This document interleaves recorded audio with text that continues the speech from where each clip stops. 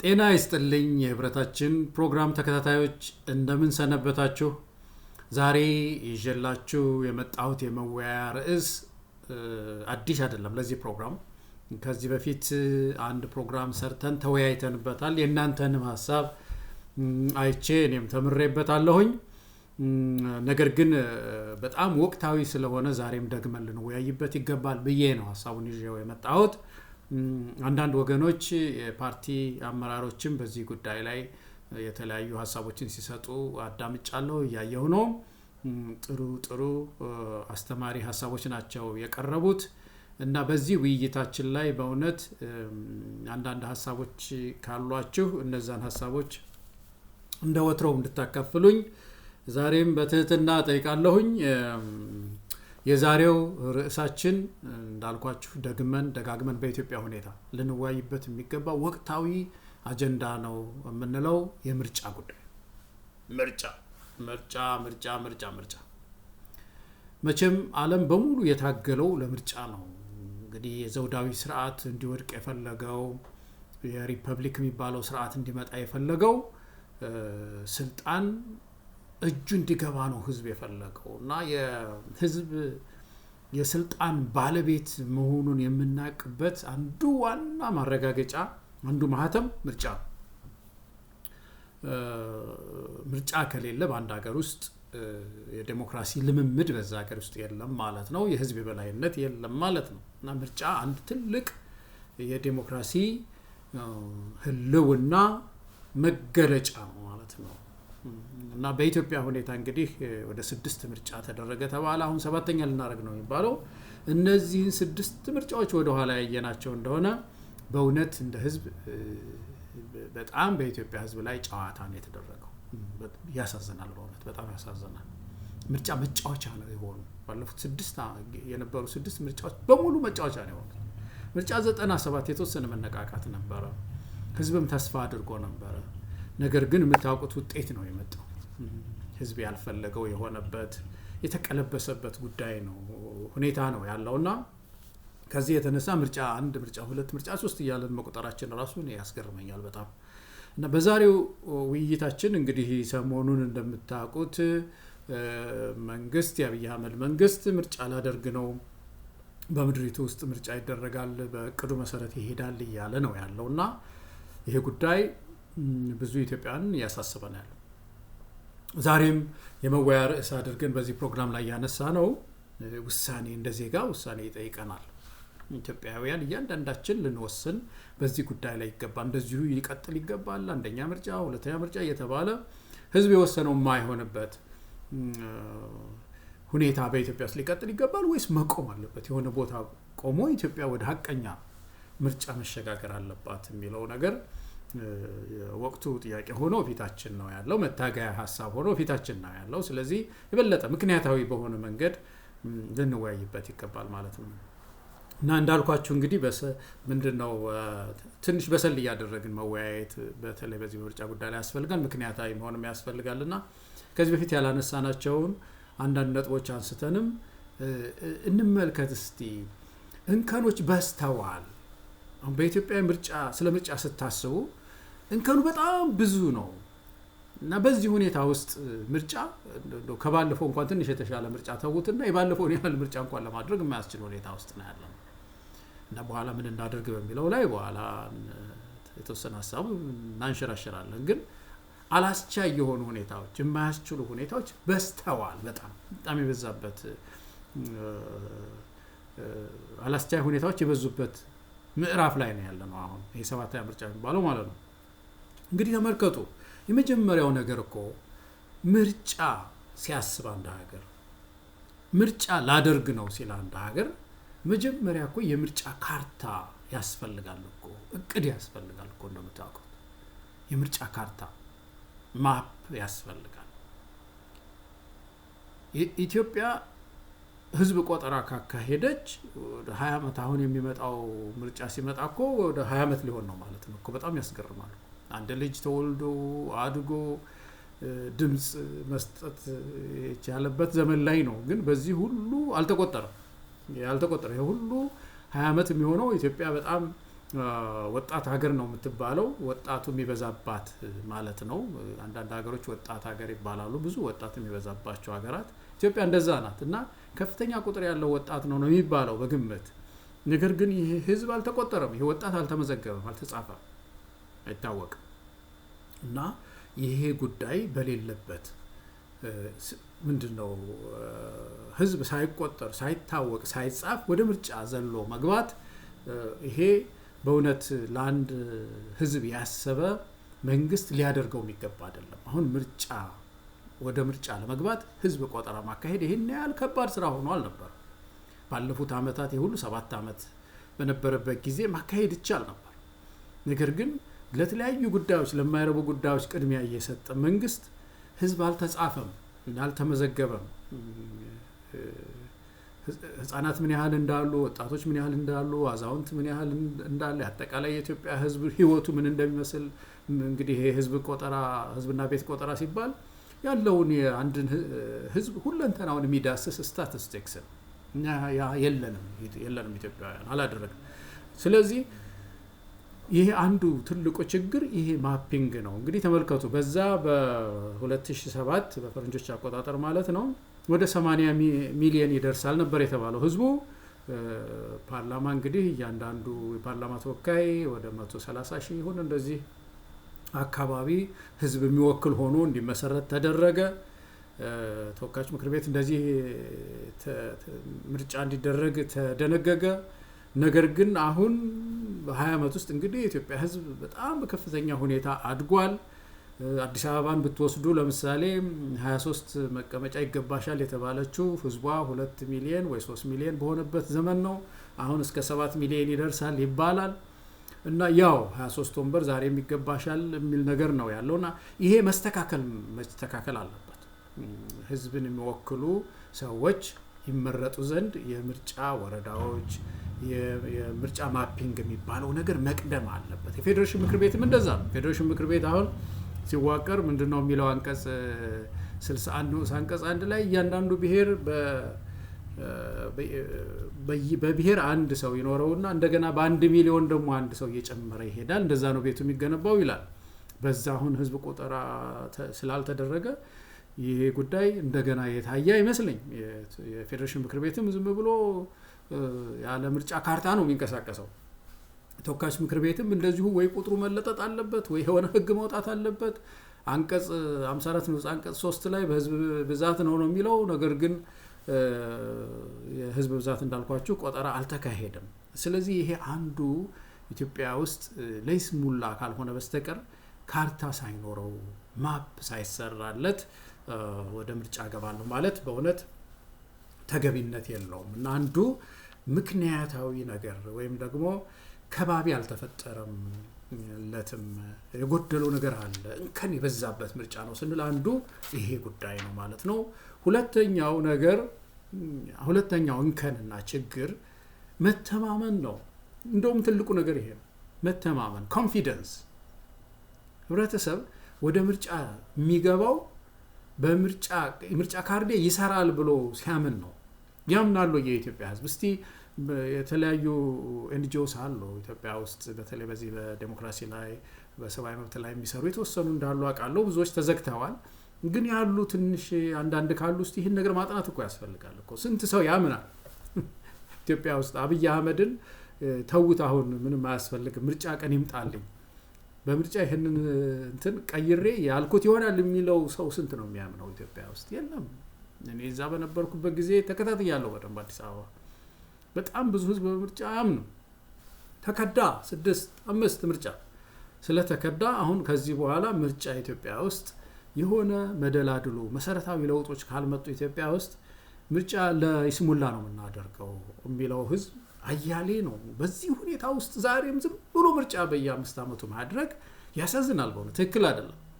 የመስተካከል መቻል አለበት። የህብረተሰብ ኮንፊደንስ ከፍ ማለት አለበት። በመጀመሪያ ቅድመ ምርጫ ስራዎች በደንብ የህግ ተከላዎች ተደርገው ህብረተሰብ ስሜቱ ከፍ ሲል ኮንፊደንስ የምንለው ወይ መታመኑ ከፍ ሲል ወደ ምርጫ ቢገባ ምርጫ ተስፋ ይሆናል ኢትዮጵያ ውስጥ። ስለዚህ አንዱ ትልቁ ችግር ይሄም ነው። መተማመን በኢትዮጵያውያን ዘንድ የለም በአብዛኛው። ሶስተኛው እና ምናልባትም አሁን ያኛውን ዋና ነው ያልኳችሁ ሌላ ዋና ጉዳይ ደግሞ ከዚህ በፊት የሚያነሳ ነው ኢትዮጵያ ውስጥ ምርጫ የማይፈታው ነገር ገጥሞናል። ምርጫ የሚባለው በፖሊሲዎች በተለያዩ ፖሊሲዎች እኔ በልጥ በፓርቲዎች መካከል እኔ በልጥ የሚደረግ ክርክር ነው የሚደረግ ምርጫ ነው። በትምህርት ፖሊሲ በግብርና ፖሊሲ እኔ ይሄኛው ፖሊሲ ይጀመጥቻለሁ ይሄኛው ፖሊሲ በአጭር ጊዜ ውስጥ ወደ ልማት ይወስደናል እያሉ ፓርቲዎች እየተከራከሩ ህዝብ የሚወስንበት ምዕራፍ ነው ምርጫ ማለት። ኢትዮጵያ ውስጥ በሀገር ምሰሶዎች ላይ ልዩነት አለ። ይሄ ደግሞ ታምኖበታል። ኢትዮጵያ ሰልፏ ትክክል አይደለም። የምድሪቱ የፖለቲካ ሰልፍ ልክ አይደለም። አንዱ በዘውግ ላይ ሰልፍ ይዟል፣ ሌላው በመልክዓ ምድር ላይ ሰልፍ ይዟል፣ ሌላው ደግሞ ብሔራዊ ነኝ ይላል፣ ሌላው ደግሞ ብሔራዊና ዘውግን እያምታታው ነው ያለው። ይሄ ሰልፍ በራሱ የብሔራዊ መግባባት ችግር ያለባት ምድር እንደሆነች የሚያሳይ ነው። እንደምታውቁ ከፍተኛ የመሰረታዊ የሆኑ በሀገሪቱ ህልውና ላይ በፖለቲካ መስመር ላይ ልዩነት ያለባት ምድር ናት። ስለዚህ መግባባት ያስፈልገናል ተብሎ የለም ወይ ነው። መግባባት ያስፈልገናል ስንል ደግሞ የሚያግባባ አካል እንግዲህ የሆነ ኮሚሽን ነገር ማቋቋም የምክክር ኮሚሽኑ ተቋቁሞ ከስሯል። ነገር ግን አንድ ነገር ያስፈልገናል ማለት ነው። ወደ ምርጫ ከመግባታችን በፊት ምርጫ ስላልፈታው የባንዲራ ጉዳይ ምርጫ አይፈታው፣ የመሬት ጉዳይ ምርጫ አይፈታው፣ የቅርጽ መንግስት ጉዳይ ምርጫ አይፈታው። ብዙ ወደ 7 የሚደርሱ ባለፈው ጊዜ ያነሳናቸው አጀንዳዎች አሉ። እነዛ አጀንዳዎች ምርጫ የሚፈታቸው አይደሉም።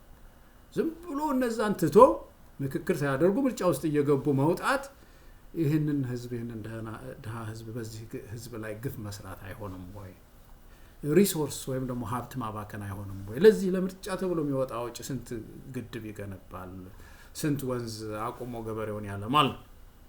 ስለዚህ ይሄ ጉዳይ መሰረታዊ ጉዳይ ነው። ምርጫ የማይፈታው ችግር አለ። ስለዚህ ወደዛ እናዘንብላ። ሐቀኛ ምርጫ በምድሪቱ ላይ ለማድረግ ምርጫ የማይፈታቸውን ችግሮች መጀመሪያ በፖለቲካ ሶሉሽን ወይም በፖለቲካ መፍትሄ መፈታት አለባቸው። ከዛ በኋላ ነው ምርጫ ለኢትዮጵያ ተስፋ የሚሆነው ማለት ነው። እና ይሄ አንድ ትልቅ ጋሬጣ አለ። ተመልከቱ። አሁን እንኳን በአንድ በኩል ምክክር እናደርጋለን ይላል የአብይ አህመድ መንግስት፣ በሌላ በኩል ደግሞ የምክክር ኮሚሽኑ አልደረሰም፣ ስለዚህ ዝም ብለን ምርጫ እናደርጋለን እያለን ነው ያለው። ተመልከቱ እንግዲህ ባለፈው አንድ ስንት አመት ሙሉ የምርጫ ምንድነው የምክክር ኮሚሽኑ መንቀሳቀስም ስላልቻለ መስራት ስላልቻለ ሲተከል ጀምሮ ችግር ስላለበት ብዙ ጊዜ እንደተቸ ነው። መግባባት አላመጣም፣ እስኪያመጣ ድረስ አንጠብቀውም፣ እኛ ምርጫ ውስጥ እንገባለን አይነት ነገር ነው እየገባን ያለው። እና ይሄ ምን ያህል የህብረተሰብን ምርጫ ያቃለለ የሚሄድ መንግስት እንዳለ የሚያሳይ ነው። ስለዚህ የመረረ ጥያቄ መነሳት መቻል አለበት። እንደው በየ4 አመቱ እየተታለለ የኢትዮጵያ ህዝብ መቀጠል የለበትም፣ መቆም አለበት። ይሄ ነገር ንጥር ብሎ ወጥቶ ችግሮች ተፈተው ነው ምርጫ ውስጥ መግባት ያለበት። እዛ ልምምድ ውስጥ መግባት አለባት ምድራችን የሚል ነገር መነሳት አለበት። እና የብሔራዊ መግባባት ሳይደረግ ከዚህ በኋላ ኢትዮጵያ ምርጫ ውስጥ መግባት የለባትም። መጀመሪያ ብሔራዊ መግባባት መምጣት አለበት። የፖለቲካ መፍትሄ መምጣት አለበት። ሰልፋችንን ማስተካከል አለብን።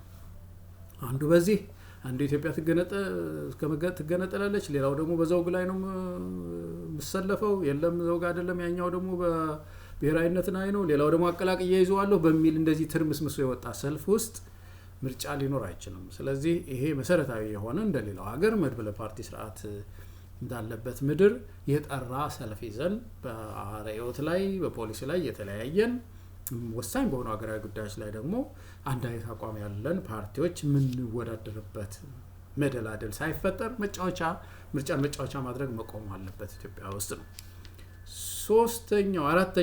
ሶስተኛው ይሄ ያነሳነው ነው። አራተኛው ጉዳይ መቼም የጸጥታ ጉዳይ ነው። ይሄ እንደው ምን ትንታኔ ያስፈልገዋል በእውነት። አሁን ምርጫ እናድርግ የሚሉ ሰዎች ኢትዮጵያ ውስጥ ምርጫ መደረግ አለበት የሚሉ ሰዎች እንግዲህ ምርጫ 3 ክፍል አለው እንደምታውቁት። አንደኛው ቅድመ ምርጫ የሚባል ነው፣ ሁለተኛ የምርጫው ዕለት ነው፣ ሶስተኛው ድህረ ምርጫ የሚባል ነው። እንግዲህ የቅድመ ምርጫው ጊዜ ካምፔን ማድረግ አለ፣ ራስን ማስተዋወቅ አለ፣ ስብሰባ ማድረግ አለ። ፓርቲዎች ዘና ብለው እንደው ሌት ከቀን እንቅልፍ ሳይኖራቸው የቅስቀሳ ስራ ይሰራሉ። ህብረተሰብም ሰልፍ እየወጣ የሚደግፈውን ይደግፋል፣ የሚቃወመውን ይቃወማል። በሚዲያዎች ላይ ክርክር ይደረጋል። ታላላቅ ትዕይንተ ህዝቦች ሊደረጉ ይችላሉ ፓርቲን በመደገፍ ሊሆን ይችላል ማለት ነው እና ይሄን ለማድረግ ይቻላል ዛሬ አሁን አማራ ክልል ይሄን ማድረግ ይቻላል አማራ ክልል ብልጽግና ደግፎ ትላልቅ ሰልፍ ማድረግ ይቻላል ወይ አማራ ክልል ሌላ ፓርቲ ማድረግ ይቻላል ወይ ትግራይ ክልል ይሄን ማድረግ ይቻላል ወይ ኦሮሚያ ክልል ይሄ ካምፔን ማድረግ ይቻላል በአሁኑ ሰዓት ቅድመ ምርጫ እንቅስቃሴዎች ማድረግ ይቻላል እሺ ምርጫስ ማድረግ ይቻላል የምርጫ እንደዛ የነበሩ መቼም ያው እንግዲህ ባሮጌው ማፕ ነው ብለናል ቀደም እነዛስ ደግሞ እንደው በምርጫው ዕለት ህዝብ ጸጥ ብሎ ወጥቶ ምርጫ አካሂዶ ኮረጆ መጥቶ እንደው ቆጠራ ቢደረግባቸው ወረዳዎች አሉ ወይ ኢትዮጵያ ውስጥ አብዛኛው ቦታ ችግር አለ አይደለም መንግስት ሰዎች ራሱ የሚያምኑት መንቀሳቀስ አይደለም የምርጫ ኮረጆ ይዞ ከአንድ አካባቢ ወደ ሌላ አካባቢ መንቀሳቀስ ተውትና ተሳቢ መኪናዎች ዘይት ይዘው ቃይ ይዘው ከወዲያ ወዲህ መንቀሳቀስ የማይችሉበት በጣም ምስኪን ሰዎች በአውቶቡስ ከአንድ አካባቢ ወደ አንድ አካባቢ መሄድ የማይችሉበት ሁኔታ አይደለም ወይ ያለው ስለዚህ የምርጫው ዕለትስ እንደው ነው ወይ ይሄ ነገር ድህረ ምርጫውስ ደግሞ ውጤት የሚሸከም ህብረተሰብ አለ ወይ በዚህ ሰዓት አሁን ብልጽግና አሸነፍኩኝ 90% አሸነፍኩኝ እንደዚህ ቢል ድህረ ምርጫው በማግስቱ ምንድነው የሚመጣው የሚለው ነገር መታየት አለበት እና ይሄ የጸጥታው ጉዳይ በተለይ ከፍተኛ የሆነ የትጥቅ እንቅስቃሴ ባለበት ያሉ የሚባሉ ደግሞ አንዳንድ አካባቢ ጸጥ አለ የምንለውም በጣም ብሶት እና መቀየም ባለበት ምድር ውስጥ ምርጫ ተስፋ ይሆናልና እንደ ወደ ምርጫ እንግባ የሚለው ነገር በእውነት ኃላፊነት የጎደለው ነው የኢትዮጵያን ሪሶርስ ከማባከን ባሻገር የሀገሪቱን ሁኔታም ያላገናዘበ ነው ስለዚህ ልንቃወመው ይገባል ኢትዮጵያውያን አቋም ልንይዝ ይገባል ማለት ነው ሌላው ጉዳይ የማንነትና የተቃውሞ ድምጾች የበዙበት ነው ይኸው ምርጫ ከማንነት ድምጽና ከዚህ ከፕሮቴስት ቮትም መላቀቅ መቻል አለበት መቼም ሙሉ በሙሉ ላይሆን ይችላል ነገር ግን እነዚህ የጠለሉ መውጣት መቻል አለባቸው የማንነት ድምጽ ማለት እንግዲህ አንድ ማንነት የብሔር ማንነት ሊሆን ይችላል የሃይማኖት ማንነት ሊሆን ይችላል በምርጫ ጊዜ ያተጽኑ በዜጎች ውስጥ እየፈጠረ በቅስቀሳ ጊዜም ያ ሁኔታ እየተፈጠረ አንድ ሰው ለማንነቱ ድምጽ የሚሰጥበት ስርዓት ሁኔታ መፈጠር ማለት ነው እንደዚህ አይነት የፖለቲካ ከባቢ መፈጠር ማለት ነው ይሄ ዲሞክራሲን እንደ ምስጥ ነው የሚባላበት ወደ ዲሞክራሲ እንዳናደግ ያደርጋልና በተቻለ መጠን ይሄ ለማንነት ድምጽ መስጠት ጠሎ እንዲወጣ ብዙ ጥረን ነው የተሻለ ምርጫ ማድረግ የምንችለው ኢትዮጵያ ውስጥ እንደምታውቁት ነው ይሆን በተለይ በአሁኑ ሰዓት ስርዓቱን ወደ አንድ የማላከክ መንግስት ራሱ ደግሞ በራሱ ሁኔታ እንደ ዋሻ አንድን አካባቢ ህብረተሰብ የኔ ጠባቂ ነው የማለት አዝማሚያ አለ አዲስ አበባ ውስጥ ይሄ ከማንነት ጋር የተያያዘ የማንነት ድምጽ በሰፊው በቅርብ ጊዜ ይታያል ስለዚህ ይሄ ጉዳይ ዲሞክራሲያችንን እያቀጨጨው ነው የሚሄደውና ምርጫን ተስፋ እናደርገው በእንደዚህ አይነት እነዚህ ድምጾች ከበዙ ፕሮቴስት ቮት የሚባለው እንደምታውቁት አንድን ኃይል አንድን አካል በመቃወም ለሌላኛው ድምጽ መስጠት ማለት ነው ለምሳሌ አብይ አህመድ ወደ ስልጣን ሲመጣ እኮ ያገኘው ድምጽ በምርጫ አይደለም ያገኘው ድምጽ ያው ድጋፉ ማለት ነው ያገኘው ድምጽ የህብረተሰብ ድጋፍ በህወሓት ላይ የነበረ ተቃውሞ እኮ አብዛኛው ህወሓትን የጠላ ሁሉ እሱን ይደግፈዋል ማለት ነው እያጠፋም እንኳን ገና የህወሓት ጥላቻ ከውስጡ ስላልወጣ ይደግፈዋል ይሄ በጣም አደገኛ ነገር ነው እነዚህ ሁለት የአይደንቲቲ ቮት እና ፕሮቴስት ቮት እየጠለሉ መቀነስ አለባቸው ከምርጫ አስተሳሰብ ውስጥ እየተቀነሱ እየጠለሉ እየወጡ እነዚህ ኤሌመንት ሲወጡ የተሻለ ምርጫ በማድረግ የተሻለ መንግስት መገንባት እንችላለን ይሄ በስቷል ነው እነዚህ ሁኔታዎች በስተዋል በኢትዮጵያ ሁኔታ በምርጫ ላይ በዜጎች አይምሮ ውስጥ በስተዋል ስለዚህ የሆነ ምክክር ሲመጣ ፈውስ ይመጣል ከዛ በኋላ ወደ ምርጫ ስንገባ እነዚህ ጉዳዮች ቀንሰው የተሻለ ምርጫ እንድናደርግ ያግዘናል ማለት ነው ሌላው ዓለም አቀፍ ትብብር ነው እንግዲህ ምርጫ ሲደረግ መቼም የአፍሪካን ዩኒየን አለ እንደምታውቁት ዓለም አቀፍ ተቋማት አሉ በየጊዜው ኢትዮጵያ ውስጥ እየመጡ ሊታዘቡ የሚሞክሩ አሉ እና የኢትዮጵያ ዴሞክራሲ የተሻለ ደረጃ ላይ መድረሱን ምርጫ የተሻለ ደረጃ ላይ መድረሱን መተው ማየት መቻል አለባቸው። ባለፈው ጊዜ እኔ ራሴ የተሳተፍኩበት ምርጫ አዲስ አበባ ውስጥ ገና ቅድሚያ ምርጫውን አይተው ነው እንደምታውቁት ትተውት የሄዱት። ቅድመ ምርጫውን ሲያዩት የማይሆን ነው። ከዚህ በፊት ከነበሩት ምርጫዎች ሁሉ በጣም የደከመ ምርጫ ነበር እና እነሱ ሚኒመም ሪኳየርመንት የሚሉት አላቸው ወይ ነው ዝቅተኛ መስፈርት ማለት ነው። ያንን ዝቅተኛ መስፈርት አላሟላም ብለው ትተውት ሄደዋል። ጊዜያችንን እናጠፋም ብለው እና ሌጂቲሜሲ የሚባለው ወይም ቅቡልነት በዓለም አቀፍ ደረጃ አያገኝም። ይሄ ኢትዮጵያን ይጎዳል እንደ ሀገር። ስለዚህ ለኛም ደግሞ ለኢትዮጵያውያንም ደግሞ የውጭ ታዛቢ መኖሩ በጣም አስፈላጊ በተለይ ከአፍሪካን ዩኒየን ይህንን ጉዳይ እንዲታዘብ ማድረግ በጣም አስፈላጊ ነው እና በዚህ ሁኔታ ውስጥ አሁን ስናየው ዛሬ ላይ ሆነን ስናየው በዓለም አቀፍ ታዛቢው ያለፈው ምርጫ እንዲያልቀበልም ያለ አሁን ዛሬ በዚህ ጦርነት መካከል መጥቶ ጥሩ ምርጫ ያደረጋችሁ ነው እንደግፋችኋለን ይለናል ብለን እንጠብቃለን ወይ? ይሄ ከባቢ ተሰብሯል ማለት። ሌላው ጉዳይ ምርጫ ስናስብ ኢትዮጵያ ውስጥ ምርጫ የሚታሰብ ከሆነ አንድ ትልቅ ጥያቄ እኮ መነሳት መቻል አለበት። ምን ችግር ይፈታልናል ምርጫ? በዚህ ሰዓት አሁን በእርግጥ ምርጫ ማድረግ መግባባትን ያመጣል? በኢትዮጵያ ውስጥ ያግባባል? ያሉትን ቅራኔዎች ይቀንስልናል? ይሄ ያለውን በጣም ከፍተኛ ተቃርኖ ሊቀንስ ይችላል? በእውነት እስቲ ፓርቲዎችም እንደው በጣም ገለልተኛ ነኝ የሚሉ ሰዎች ምክንያታዊ ሆነው እንዲያስቡት ነው ያነሳሁት። ያመጣል መግባባትም ተብሎ ይጠበቃል። ምርጫ አሁን የበለጠ ተቃርኖ ነው ሊያመጣ የሚችለው። ሀገረ መንግስት ያጸናል? አሁን ምርጫ ተደረገ ተብሎ ያው ብልጽግና አሸነፈ 90% ወይም ደግሞ 80 ሊያደርገው ይችላል። አሁን ለተወሰኑ ምርጫ ውስጥ ገባለው ለሚሉ ሰዎች 5-10 ወንበር ሊሰጣቸው ይችላል። ከዛ በኋላ ሀገረ መንግስት ያጸናል? ይሄ የታጠቁ ሰዎች በምድሪቱ ውስጥ ያለው ትግል ሊያረግበው ይችላል? የበለጠ ችግር ሊያመጣ ነው የሚችለው። ሰላምና ጸጥታን ለማምጣት አይችልም። ህዝብና መንግስትን ያስታርቃል? ሆድና ጀርባ መሆናቸው ብቻ አይደለም፣ የበለጠ በዚህኛው ምርጫ ደግሞ አሸንፌ የመጣው ሲል ሰው መቼም በተለይ በዚህ ሁሉ ችግር መካከል የበለጠ ሁልጊዜ መንግስትና ህዝብ እየተቃረኑ እንዲኖሩ የሚያደርግ የበለጠ ቅራኔን የሚያሰፋ ነገር ነው ማለት ነው። ስለዚህ በአጠቃላይ በኢትዮጵያ ሁኔታ አሁን ባለው ሁኔታ ምርጫ ለማድረግ የሚያስችል ነገር ውስጥ አይደለም ያለ ነው።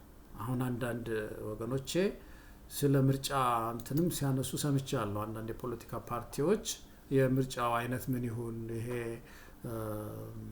50 ሲደመር 1 ነው መሆን ያለበት ወይስ ደግሞ ይሄ ፕሮፖርሽናል የሚባለው ወይ ተመጣጣኝ ነው መሰለኝ በአማርኛ ተመጣጣኝ የሆነ የምርጫ ስርዓት ነው የሚያስፈልገው ይላሉ። ይሄ በቅርጽ መንግስት ውስጥ የሚታይ ጉዳይ እኮ ነው። ተቀጥላ ጥያቄ እኮ አሁን በዚህ የፌዴራል ስርዓት ውስጥ የማንነት ድምጽ በሚሰጥበት ሀገር ውስጥ የፖለቲካ ሰልፉ ባልተስተካከለበት ሀገር ውስጥ ቅርጽ መንግስቱ ባልተስተካከለበት ሀገር ውስጥ ወይ ምክክር ተደርጎ ምርጫ የሆነ ቅርጽ መንግስት እንከተል ባልተባለበት ሀገር ውስጥ የትኛውንም የምርጫ ስርዓት እንከተል ብንል ምንም የሚያመጣው ለውጥ ሊኖር አይችልም።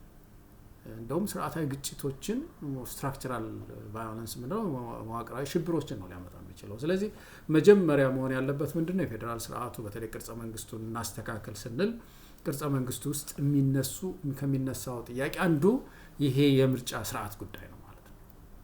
ምርጫ ስርዓቱ እንዴት እናድርገው? የማንነት ፖለቲካ ውስጥ ቁጭ ብለን የምርጫ ስርዓቱ ምን እናድርገው የሚለው ሊያመጣ የሚችለው ግጭት ካልሆነ በስተቀር ሌላ ሊያመጣው የሚችለው ነገር አይኖርም። ስለዚህ ሰፋፊው ጥያቄዎች ኢትዮጵያ ውስጥ አሉ እና ምርጫ ለማድረግ የሚያስችል ቁመና የላትም ምድሪቱ። በዚህ መካከል ለምንድን ነው መንግስት ምርጫ ውስጥ እንግባው የሚለው?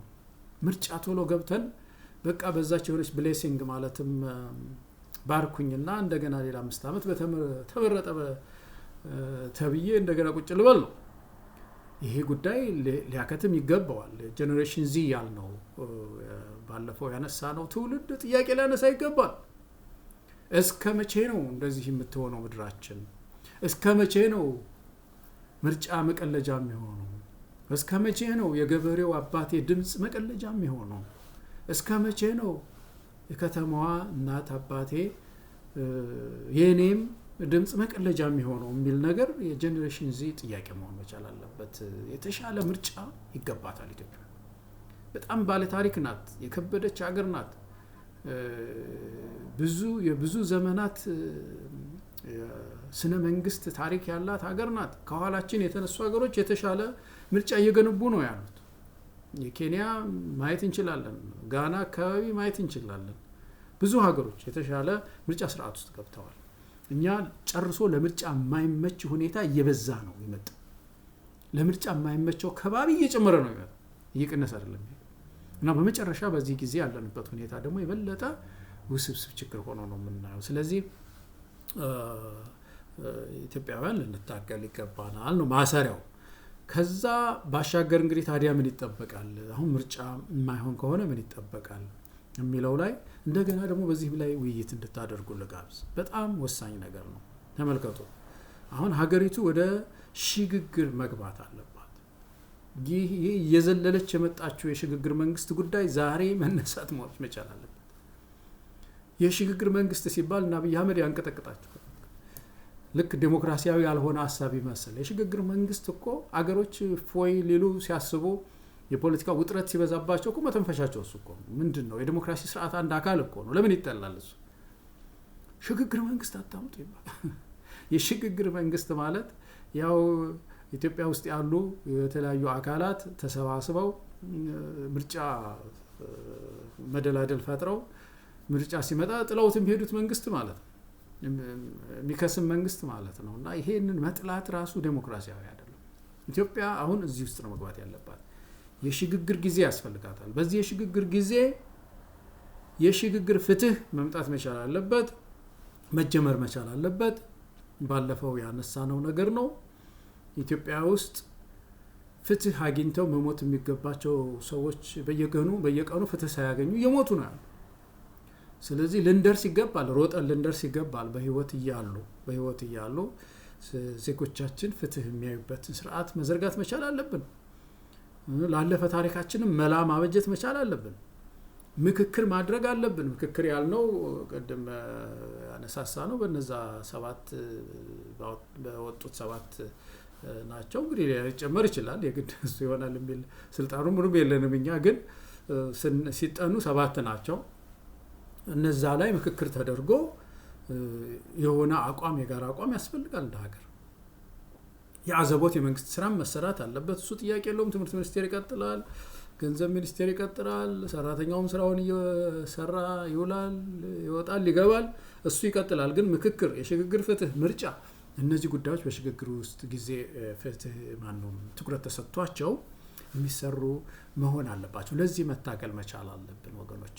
ሀገራችን የወደቀችበትን ሁኔታ አይተን ልናክም ይገባል። ይሄ ችግር ታክሞ ወደ ተሻለ ምርጫ መግባት አለብን እንጂ ዝም ብሎ መንግስት መጠቀሚያ አድርጎት ወደ ስልጣን ላይ ለመቆየት እንደው መጠቀሚያ አድርጎ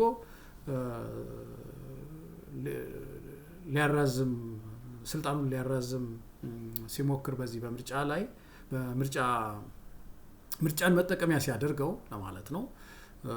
ኢትዮጵያውያን ዝም ብለን ልናይ አይገባም። ስለዚህ አሁን ፓርቲዎች ምንድነው ማድረግ ያለባቸው የሚለው ነገር በእውነት መሰረታዊ ጥያቄ ነው። እያንዳንዱ ዜጋ መጠየቅ አለበት። ይሄንን ምንድነው ማድረግ ያለባችሁ ፓርቲዎች? አሁን አንዳንድ ሰዎች ሲናገሩ ሰማሁ መሰለኝ በቀደም ምን ይላሉ? ገብተን እዛ ውስጥ መታገል አንድ የሰላማዊ ትግል ነው። አይደለም። በእውነት በጣም የኢትዮጵያን ሕዝብ ትግል ይሄ እንደገና የማበላሸት ስራ ነው የሚሆነው። ፓርቲ በዚህ ሰዓት በዚህ ሁኔታ ውስጥ በእውነት ወደ ምርጫ መግባት የለበትም። እስቲ ኢትዮጵያውያን አስተውሉት።